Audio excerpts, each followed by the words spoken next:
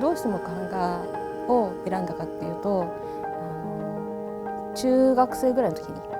にエドガー・アラン・ポーって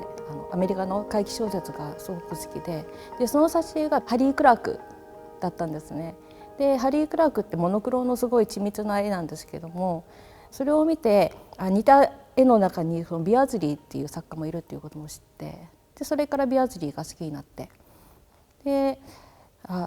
こういうなんか余白がたくさんあって、でこう曲線を使ったこういう構図があってっていう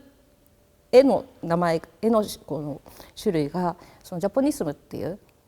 渓流流れからあるっていうことをそこで知って、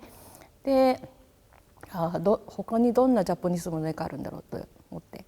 でいろいろと展覧会見たり画集を見たりしてるうちに割と版画の作品が多かったんですね。木版画だとか、あと石版画だとか。でそう見てるとなんか版画って面白いなって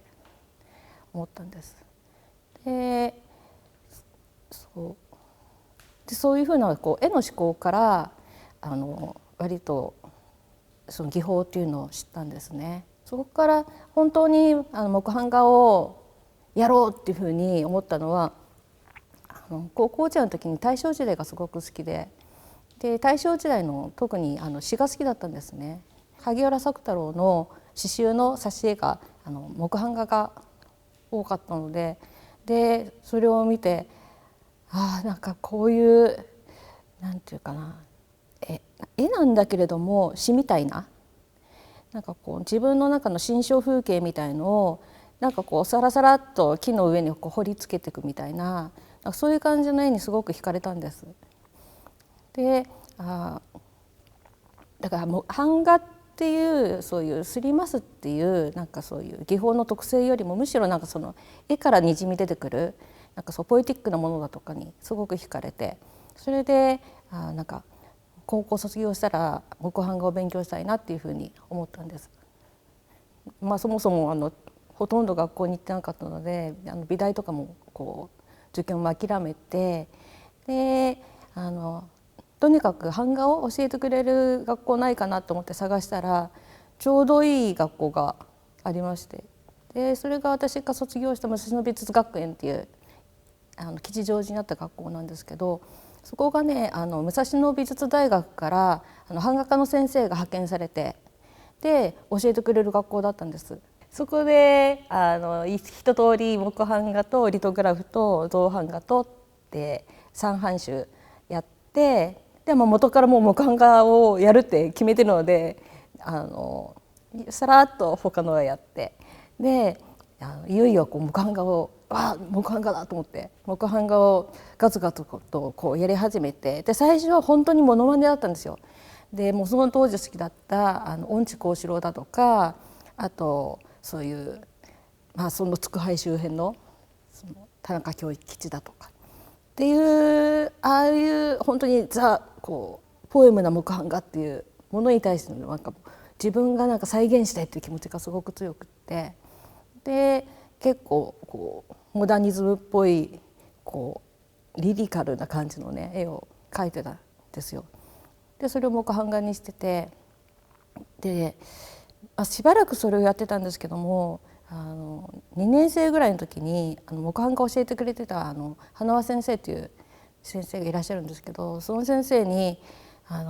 風間さんがやりたいこととか描きたい絵と違う気がするってこうズバリ言われたんですね。で風間さんはなんかもうちょっと表現できることがあるんじゃないかっていうふうに言われて、どうして先生はそのようなことを言ったんだろうということを考えるうちに、じゃあ自分が勉強とかが苦手だからとにかく得意な絵だけでどうにか生きていこうと思って、でそのプロセスみたいのを考えているうちに、じゃあどうして学校に行けなくなって、でそういうなんていうんですかね、大勢の大多数のそのチームに入れなかったのかっでこの今まで自分が違和感を持ってなんか勝手に仲間外れみたいな気持ちになっていじけてたところってなんだろうというふうにいろいろと考えてると、やっぱりこう社会に対する反発だとか、だから本当に弱虫なんだけれども逃げ回ってたんだけども、なんかこう根っこにはこう何とも言えないなんか黒い怒りのようなものがあるなっていうふうに自分で気がついて、でそこからじゃあ自分がそう今まで自分持ってたなんか怒り的なものをこう吐き出すっていうと汚いんですけども、なんかそれをちょっとずつでも表現していった方がいいんじゃないかっていうふうに思って、で黒っぽくなっちゃったんですね。最初はなんかそういうなんかドメスティックなズバリなんかこういう事案があってこういうことがあってっていうような、なんかそういうエピソード的なモチーフではなくって、本当になんていうんですかね、人間の死生観だとか、あとなんていうか民間信仰に基づくようななんかそういう世界観みたいのをなんか平成時代にまた呼び起こすみたいな作業をしてましたね。でちょうどその時に自分が傾倒してたのがニーチェで結構あれです、自分の中にあったそういう近代に対する疑問とか、あとなんていうか醜悪だと思ってる部分とかをこう言い当ててるなっていうふうに思い込んで、ですごくハマって、でやっぱそういう人間の死生観と、あとそういうなんか英語回帰のこの世界観っていうかっていうのも結構自分の中では合致してしまって、だからやっぱ人間ってこう人間というか、まあ社会全般なんですけども成長しなきゃいけないとか、あと成果主義で一生懸命稼いで家を建てて、でこう社会はどんどんこう科学も発達して、でこう大きく高くっていうふうに膨張していかなきゃいけないっていう、そういう方向性ではなくって、なんかこうなんかそこに対する不安とか、あとなんか人間が神のようにこう力が持てるっていうなんていうか錯覚というか万能感みたいのがこうどんどん拡張してっちゃうところをなんか恐ろしいって直感したなんか人なんじゃないかなって思ったんですよ。だからなんかそういうなんか膨らんでいく世界っていうののなんかその恐ろしさというか不安感みたいのを自分も文章では書けないけれども作品にできたらいいなっていうふうに思ったんです。だから一般に言うそのプロレタリア美術との相違みたいなものに対して割と質問されることが多いんですけど、私自身プロレタリアに対しては共感はしてないんですよ。というかむしろちょっと否定的なところがあって、だから個々の作家とかに対してはなくて全体的にっていうのは私10年前に「人外交差点」という作品を作るにあたって大正時代の階級闘争に対してちょっとハマったっていうとおかしいですけど注目していろいろとこう本を読んだりしてるうちに自分もなんか階級闘争してるような気持ちになって、じゃあこのいろんな階級にある中でじゃあ自分はどこに当てはまるのかなって思った時に一番なんかこう共感したのがアナキズムとあとダダイストたちの世界にやっぱりいたいなと思って、でだんだんその作家の人たちダダイストもあとアナキストも時代の流れでプロレタリアンに転向したり変節してる人がすごく多かったんですよ。で今まで自由に発言したりとか、あと作品もこう前衛的なところにねこう走ってったのに急にストップがかかって、なんかこう同じ目的を持って表現していくっていうのをなんかそのね本当の絵の変化、作品の変化を見た時に、なんかこの同じ思想を持って組織化するってすごく恐ろしいっていうか、その人の個性だとか、あと今までのその自由な気分みたいのをどんどんこう削ぎ落としていくものなんだなっていう、なんかねそう思った時に、なんかこのプロレタリアに変節転向しちゃうっていうことが自分の中ではすっごくその時代の人たちに対して一個のなんかダメだね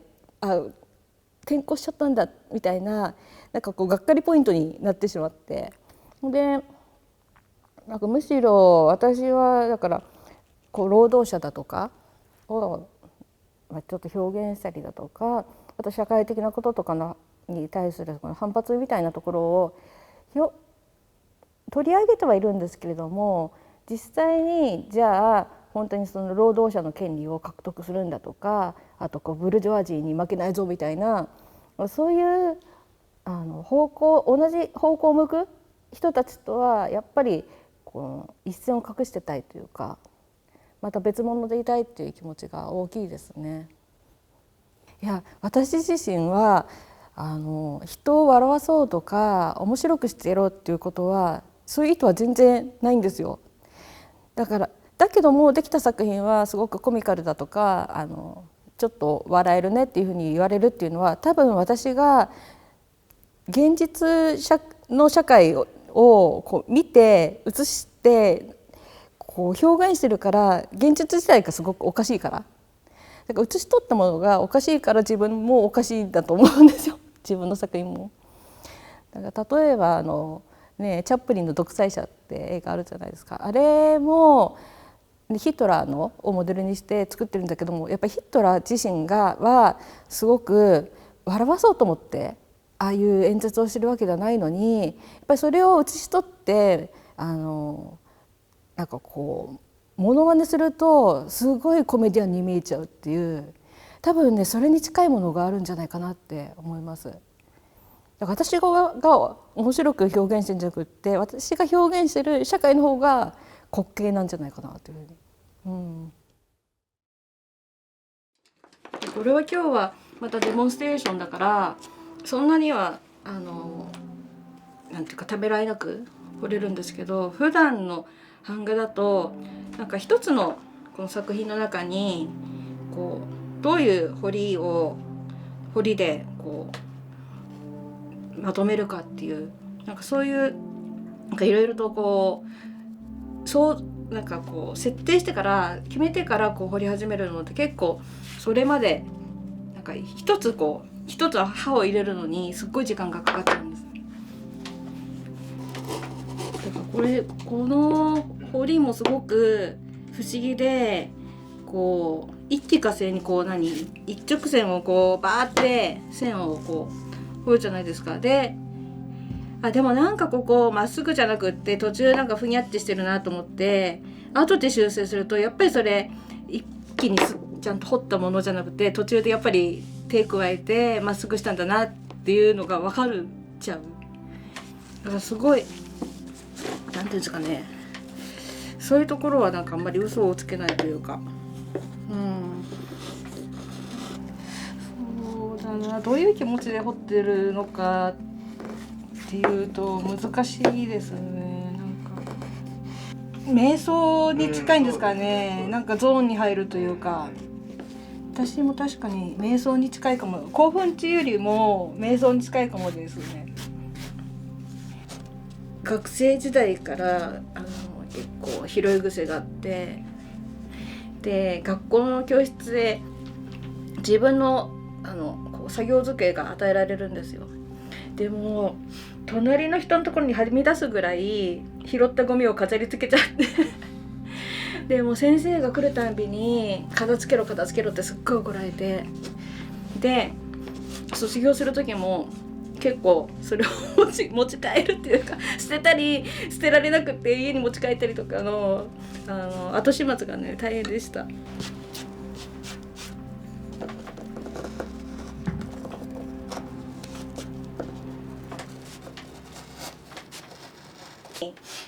昭和残像伝っていう炭鉱をテーマにした個展を開いて、でその時のは三井三池炭鉱の粉塵爆発事件っていうのを知って、ですごいその労働環境の中でこの日本の高度成長期を支えてきた、ね、人たちがなんか本当に無残な死に方と、あとすごいひどい後遺症に悩んでいるっていうことをなんかこう知らないでなんかいるんだなっていうことを、実際なんか映像を見たりとかビデオを見たんじゃなくって、そこにある炭鉱人形、これを下北沢の骨董品屋さんで見つけて、で家に帰ってインターネットで調べたら、これ炭鉱人形って呼ばれてる人形で、どうやらその三井三池炭鉱のその周りで売ってたお土産で、素材がそのボタ山ってありますよね、炭鉱のね。でああいう風に販売できないゴミのくずのその石炭をこう粉にして、でなんか樹脂で固めて型取りしたお人形だってことが分かったんですよ。だからなんかこの炭鉱の副産物として、であと女の人のなんか手内職的な感じで作って売ってたらしいんですね。でそれが昭和30年から40年ぐらいの話で、今はもうこれなくって売ってないんですけど、と思って、この子にそんな歴史があったのかって思って、でようやくなんかこういうのが誕生する背景って今まであんまりそんなに注目してなかったなと思って、でこのお人形さんが誕生した頃の歴史を調べてる中でその粉塵事故っていうのを知って、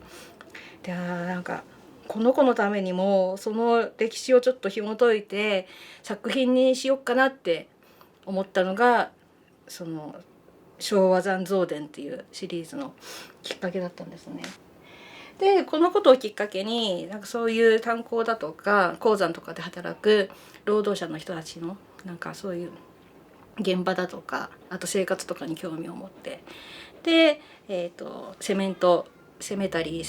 モリっていう作品につながります。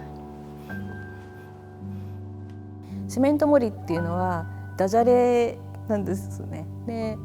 メメントモリっていう死を思えっていう言葉と、あとセメントを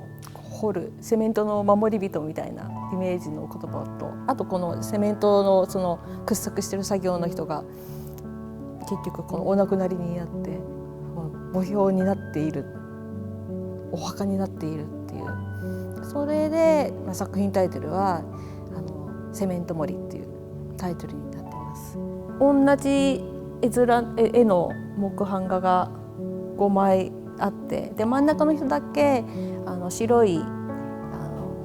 顔料で加筆してあるんですね。でこの中央の人物以外の人はこの手に電動ドリルをはめてて、でこう頭にはちょっと最近のヘルメットをちょっとこうつばのついてる今時のヘルメットをかぶってっていうような姿なんですけど、真ん中の人だけがそのドリルから解放されて、でちょっと昔ながらの職工さんというか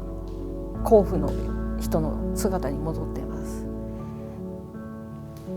でこのすり終わった後の版木がここにセメントをちょっとで汚された感じで、この台形のコンクリートの台に安置されているという状況なんです。でこの下の台座の形なんですけども、これは土木工事の言葉でステコンっていう言葉があるんですけども、ステコンっていう工程の中で出来上がるなんかこのコンクリートの土台みたいなものがあるんですね。で私はそれ工事現場で初めて見た時に、これはなんか古代豪族の墓みたいだなって思ったんです。なんかこう台形でなんか荒々しい土の中でモコッというふうにボリュームのあるコンクリートが台形に盛られてる感じが、これはすごくいいものだなかっこいいなって思ったんですね。でなんかなんですかね、工事現場で一瞬だけ現れる、もうその後ほんときれいにどんどん工事されてしまうので、なんかその荒々しいコンクリートがボテッと台形に盛られてるっていう状態は一瞬のものしかないんですけども、なんかその一瞬のなんかコンクリートの墓標みたいなものをなんか永久に残すような作品ができたらいいなっていうのもあって、でこの形の台にしてるんです。この作品と同時に作った作品の中にセメントセメタリーっていう作品があるんですね。でその作品は秩父にある武甲山をの写真をもとに山がどんどん削られていって、最終的にはテオティワカン神々テオティワカン遺跡みたいなピラミッドの形になっていくっていうプロセスを掘り進めと、あと版画だけどもスッて逆になる版画ではなくて拓本で作った作品なんです。だから一番最初はこの武甲山のこんもりとした緑のもりもりとしたボリュームのある山があって、でそれを最初に拓本して、でどんどん掘っていって進んでいくことに山が掘削されていくっていう、それを作って、でその作品の後にこれを作ったんです。でなんで武甲山の作品とこの作品を一緒に展示しようかって思ったかというと、今まで黒部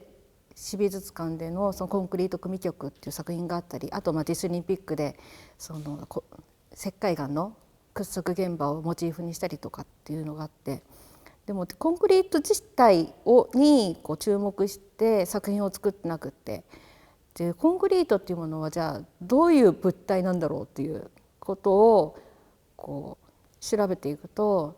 簡単に言えば石灰岩にいろんなものを、また砂だとかいろんなものを混ぜて、でセメントにしたりでコンクリートにしたりっていうふうなものだということで、その武甲山っていうものはすごい日本でも有名な石灰岩の掘削現場で、じゃあちょっと武甲山を見に行こうと思って、で見に行ったら秩父鉄道の車窓から本当に段々で、もう本当に本当これわざと墓みたいな形に削ってるんじゃないかなって思えるほど本当にピラミッドみたいだったんですよ。でうわって思って、でそこのなんか武甲山の向かいに羊山公園っていう山があって、でそこ芝桜で有名な山なんですけれども、そこに武甲山資料館っていう施設があったんですね。でそれはセメント会社が運営してるセメントはこんなに人間の役に立ってるよっていうような PR する施設だったんですけども、そこを見学したら石灰岩の山の成り立ちっていうのが説明してあって、ですごい全然知らなかったんですけど、1500年前までは秩父が実は海で、今でも秩父の山から昔の古代の巨大ザメの歯の化石が出てきたりだとか、本当にってなんでこんな秩父なんて結構東京からも遠いし、本当山の中の山の中なのに海だったなんてなんかにわかには信じがたいというか、でも本当にそういう化石がね教えてくれるように、昔は海でその海の中のプランクトンだとか、あとその小さな生物たちのその死骸がこう積もり積もって、石灰岩っていうものを生成しているっていうことをそこで知って、でなんかお墓みたいに見えた武甲山は本当に死の山というか、その生物の死によってできた山なんだと思って、でその山の成り立ちもそこの資料館にあったんですけども、もともとはああいうふうに段々には掘れてなくって、普通に掘ってたんですけども、関東大震災があって、関東大震災の後に復興の需要でその東京にその耐震性のあるビルディングを作るっていうことで、それの材料として武甲山でたくさんこう生産っていうか掘削がなんかこう盛り上がって、でもう大正時代を機にもう本当にもう掘る量が多いから、なんかこうであと機械化されたっていうこともあって、で効率アップであと需要もアップでもうだんだんっていうこうもうガクンガクンガクンガクンってこう掘られるようになったっていうのを見て、なんかその生物の死骸でできた山をまたそれを人間の生命を守るためのビルディングにこう作り変えて、でまたそれが取り壊されてっていうような、なんかそういう循環っていうか回ってないですよね、一方通行で。だから人間が使ってまた使いっぱなしで、それまたゴミになって、で産業廃棄物でまた山に捨てるみたいな、なんかそういうなんか生と死っていうののなんかこう無常みたいなものを感じて、で、セメントセメタリーの方はその山でのその石灰がこうどんどん削られていくっていう工程と、あとなんか私がそこで感じたなんか無常感っていうか、なんかあとなんかそういう死骸セメントやコンクリートになるためにこうたくさん死んできた微生物だとか、あとはそういう危険な掘削現場で働いている名もなき戦士たちっていう人たちへのなんかレクイエム的ななんか作品にしたらいいなと思ってこの作品にしたんです。